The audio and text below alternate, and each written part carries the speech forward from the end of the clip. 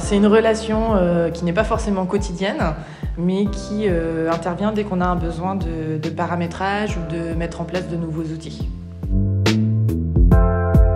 Ça nous permet de nous adapter à nos besoins et du coup Gwendoline connaît aussi toutes les spécificités de la collectivité et pourquoi on a mis les choses en place de telle manière.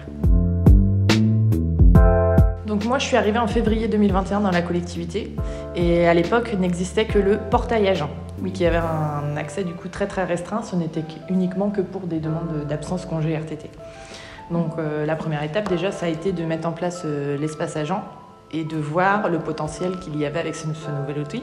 En fait, on a démarré avec les paramétrages très simples, congé RTT, pour ensuite rajouter d'autres types d'absences.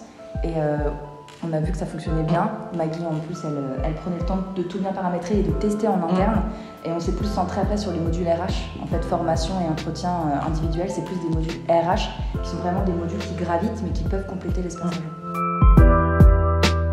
Pour arriver à l'ouverture des services, ça a nécessité une grosse énergie de remplissage, de mise à jour et d'actualisation de la base RH.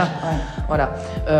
Par exemple, sur l'espace agent, on peut avoir accès à ses bulletins de salaire, on peut avoir accès à ses documents de carrière, à ses documents civils, des possibilités d'avancement de grade, de promotion interne ou des choses comme ça. Mais pour ça, il faut que le logiciel soit bien rempli au démarrage et qu'il ait toutes les informations justes.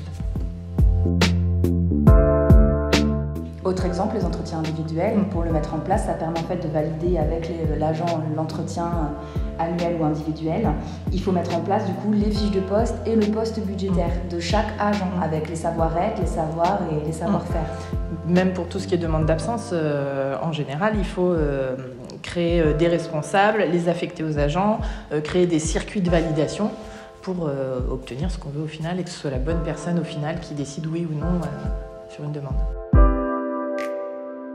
Alors déjà, ça nous évite les feuilles volantes qui peuvent se perdre, ça nous évite de ressaisir des informations qui existent déjà quelque part. Ça nous permet aussi que les responsables soient au courant de toutes les demandes puisque c'est eux qui valident. Et ça nous soulage aussi des appels ou des visites intempestives d'agents qui demandent des documents auxquels ils peuvent avoir accès maintenant directement sur l'espace agent.